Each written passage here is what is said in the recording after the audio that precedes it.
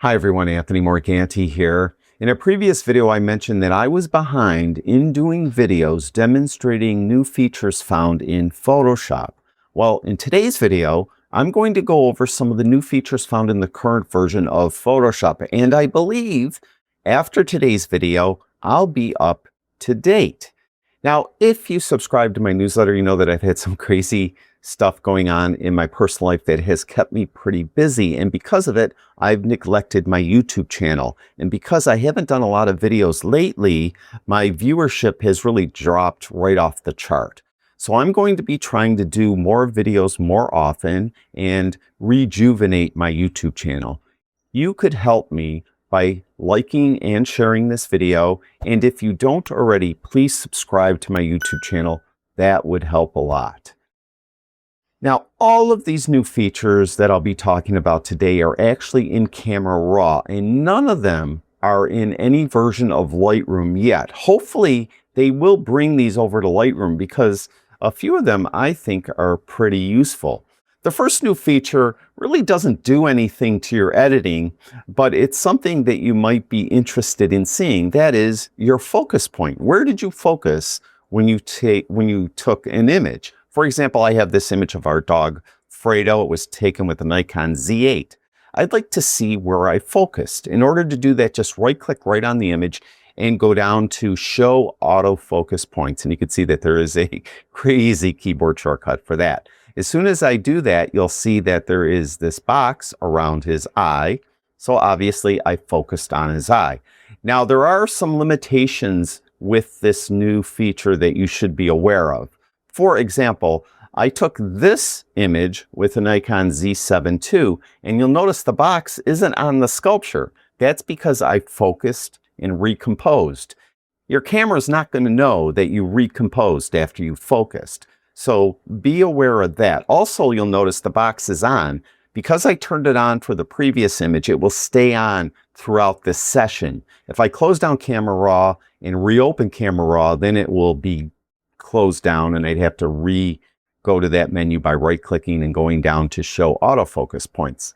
Now, for this image here, you'll notice I focused on her eye, so this was taken with the Nikon Z8. Now, this image, you'll notice there is no focus point. And if I right-click and I go down to that option in the menu, it's grayed out. This specific photo was taken with a Nikon D500, which is a DSLR. The previous images were taken with mirrorless cameras.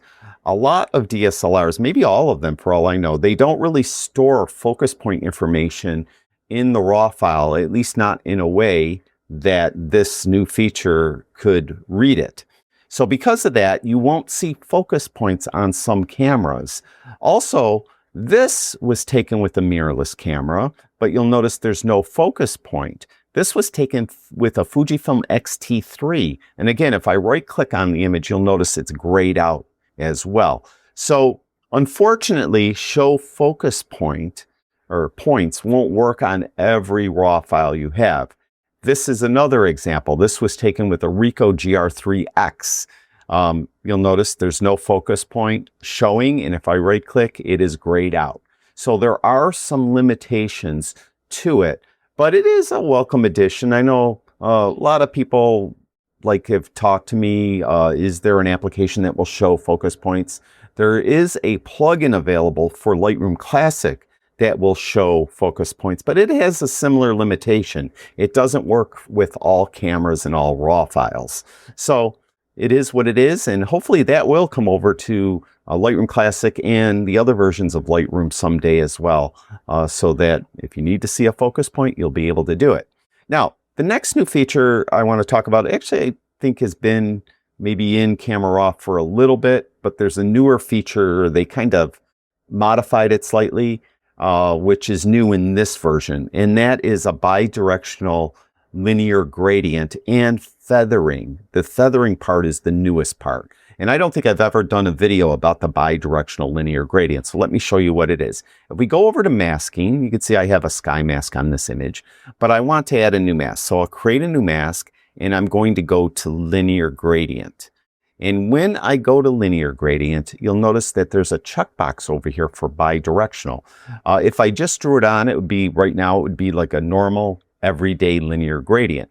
And when I click this box and then draw it on, you'll notice now that the linear gradient is bidirectional. It has parts on top and parts on the bottom, and I could move the top independently of the bottom. Whereas before the linear gradient, if I clicked and drew down, it would only be above. As a matter of fact, let me show you that just in case you're not familiar. And by the way, I have my focus point still on. Maybe I'll get rid of that. All right. So let's go back here and let's get rid of this mask totally. So we'll delete that mask. And let's go back and just go to linear gradient, and I'm not going to check the box. And you'll notice when I draw down, you'll see how the linear gradient now is affecting everything above, like this center line, and it's feathered. That's the way linear gradients worked in Lightroom for, from the day one when they added linear gradients to Lightroom. And now in, of course, Camera Raw the exact same way.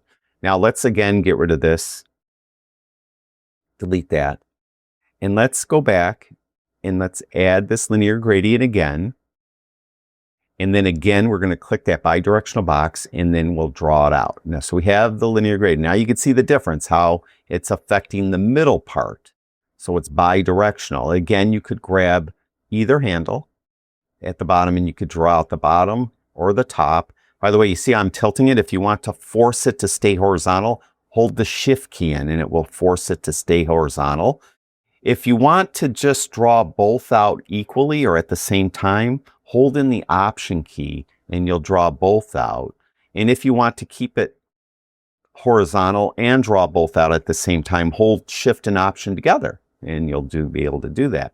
Now, what's new in this latest version of Camera Raw is the feathering. Those are these two little triangles. So if I take this triangle, see it's pointing up. If I click on it, maybe I should go to a different, like white on black, so you could better see what's happening. So you could see how I'm affecting the feathering of the linear gradient, of the bidirectional linear gradient. And that's new in this version. So bidirectional linear gradients, I know we've looked for these, or we've wanted these to come around for a long time, and they're finally here. So it's great. We have bidirectional linear gradients, and we have feathering where we could feather each part of the linear gradient independently of one another, meaning the upper part and the lower part, just like that. So I'm just going to get rid of that one too. All right, now let's move on to the next new feature. I have this image here. As you can see, it's pretty blue, isn't it? Let's go over to, and it's crooked too. I'm just going to straighten it a little bit because it's bothering me. All right, so we're straightened it. All right, but the white balance is way off, right? There's a new tool here which will help with color in general, and specifically it could help greatly with white balance, and that's a Vectorscope. To turn on the Vectorscope, just right-click like on the histogram here, and then go down to Show Vectorscope, and you can see it's right here. And just to make things a little more simpler, I'm going to get rid of the histogram by right-clicking, and then I'm going to just remove the check mark there. So we're just looking at the Vectorscope. And if you're not familiar with a Vectorscope, what it is a plot of all the color pixels, of all the pixels in your image. So it's the color plots of those pixels, and you can see they're right here. And if the pixel is very saturated, it will be way out towards the edge. If the pixel is not as saturated, it will be more towards the middle. And if we hover over different parts of the Vectorscope, you'll notice there's some colors. There's yellow. What's the complementary color of yellow? It's blue.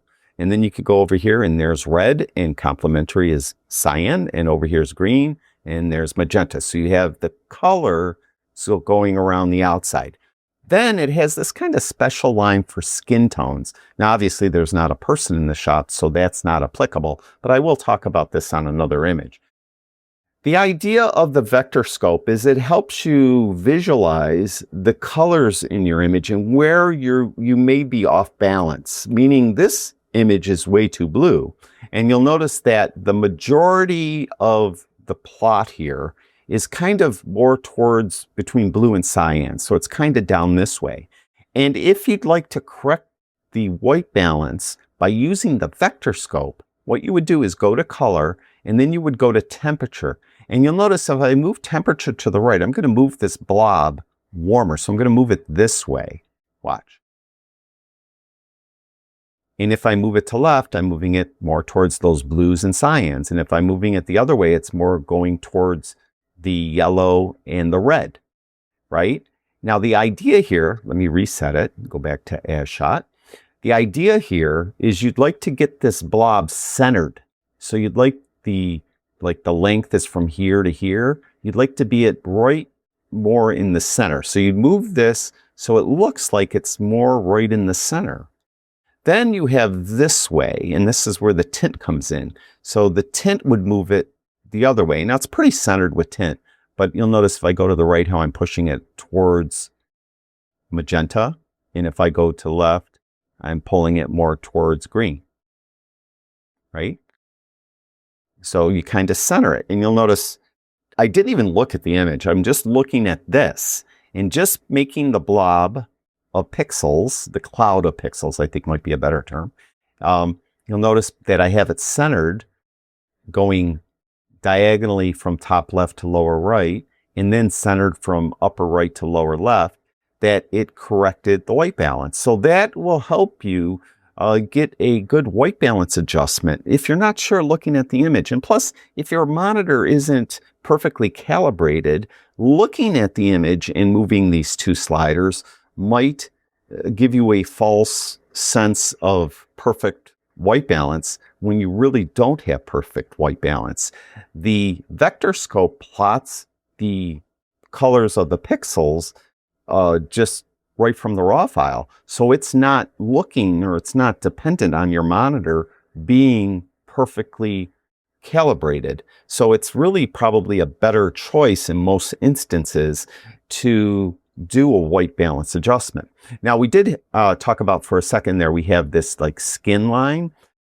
If I go to an image like this where most of the frame, or at least much of the frame, is her skin tone, if you do that little trick I just showed you by centering the cloud of pixels perfectly in the middle, you may make the person's skin tone look improper, because theoretically, if their face, body, their skin in general is taking up much of the image, your little cloud of pixel plot should be more towards the red and the yellow, right? So it should be more this way. It should be in this range right here. So for this specific image, now all the other images are raw files that I took. This actually is an image that I didn't take. This is an Adobe stock image. And obviously, the person who took this image and edited this image wanted to give it this warm look. And it looks perfectly fine. As a matter of fact, I think this is a great image.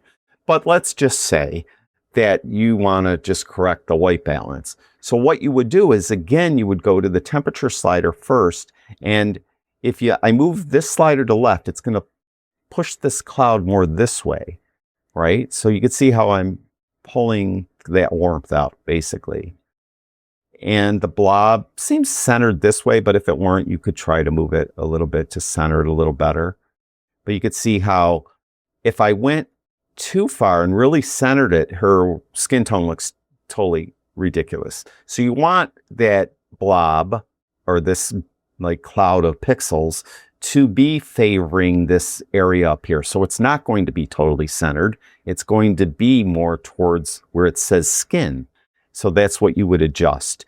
In this case too, again, I gotta say, I gotta try to respect the photographer who actually edited this image to begin with and respect their edit. And I do like it. I think that's fine. So this Vectorscope for this specific image is irrelevant. I just wanted to use it though to show you what that skin section of the Vectorscope means and how you would adjust the temperature and tint slider if you do have a person in that shot.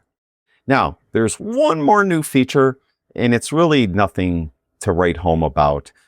It's presentation mode. You go over here and you'll notice there's this little box with an arrow, and it says full screen presentation mode. And you can see there's a Shift F keyboard shortcut. When you get this, what you'll see is eventually the first image is going to show here.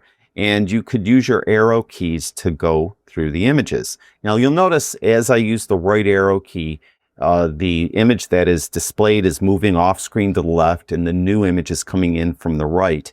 You could change that behavior. If you right click on the border, you'll notice I'm using a light gray border. Maybe you'll want to use maybe a dark gray border or a white border or something different, or a medium gray border. You also could change it to fit to screen. So it's, you know, in that case, bigger.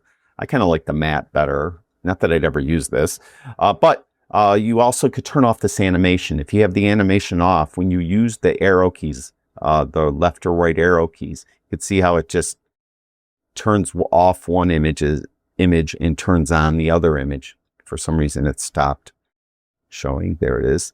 But I kind of like the animation. That's what they call it.